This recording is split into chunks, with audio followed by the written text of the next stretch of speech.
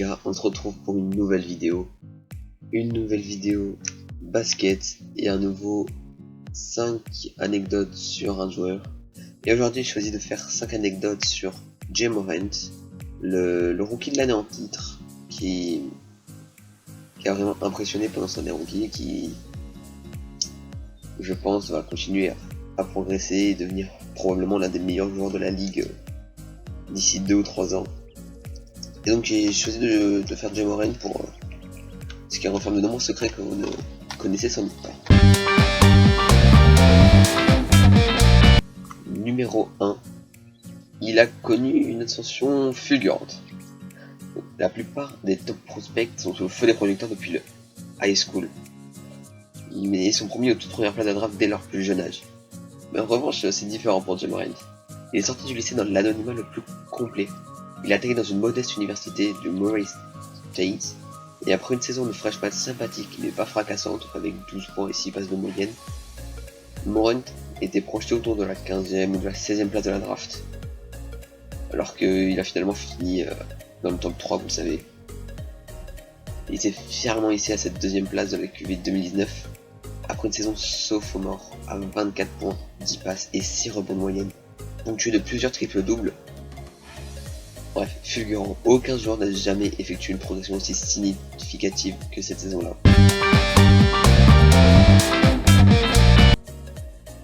Numéro 2, il a déjà joué avec Zion Williamson. Donc c'est une histoire assez méconnue, mais qui risque d'être bientôt beaucoup relayée. Donc Ja Morant et Zion Williamson ont joué ensemble lors de l'été 2015. Ils étaient encore adolescents et ils se sont retrouvés dans la même équipe AAU. Rick Taylor, qui coachait alors les garçons, et se souvenait très bien de la puissance physique de Zion, qu'il pensait comme un scoreur explosif et qu'il pensait vraiment devenir le meilleur joueur de l'NBA, probablement. Et il se rappelle aussi beaucoup de Ja Morant, qui était beaucoup moins avancé que Zion à l'époque, mais Taylor se souvient cependant qu'il avait un grand cœur. Et donc après cet été-là, donc les deux jeunes garçons sont loin de s'imaginer qu'ils seraient potentiellement réunis sur la plus haute scène du basket mondial 4 ans plus tard. Et pourtant, aujourd'hui, ils sont le futur de la NBA.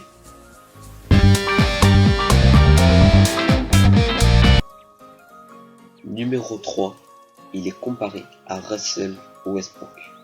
En même temps, à qui comparer Ja Morant ?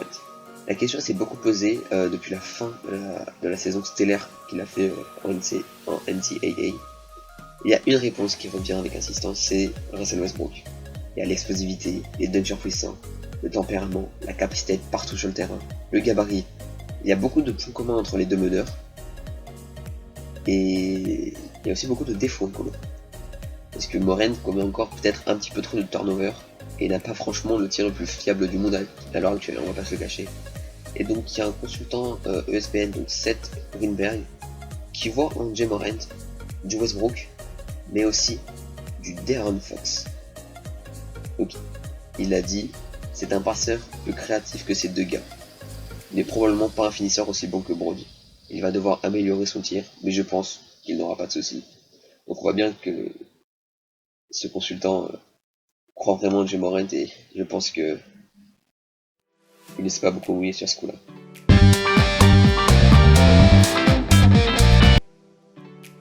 Numéro 4, le père de Ja Morant a joué avec Ray Allen.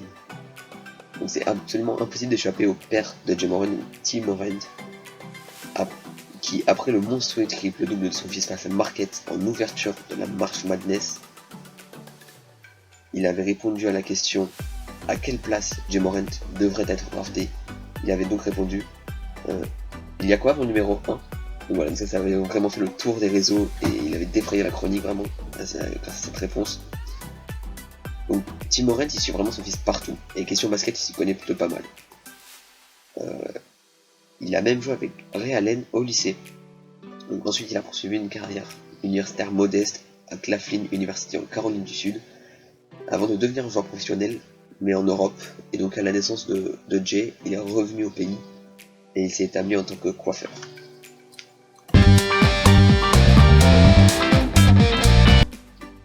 numéro 5 et dernière anecdote, il a marqué l'histoire lors de sa draft.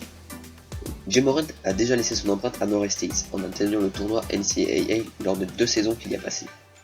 Une participation à la grande messe du basket université qui n'était plus à l'ordre du jour depuis la saison 2011-2012 pour Norris State. En plus, il a encore fait tomber quelques barrières lors de la draft. Donc sélectionné dans le top 3, il est devenu le premier américain non freshman à être sélectionné si haut depuis 2013, ainsi que le premier joueur issu d'une université mid-major, c'est-à-dire une université hors des 8 conférences majeures, depuis Derrick Rose il y a 11 ans. Rien que ça, hein.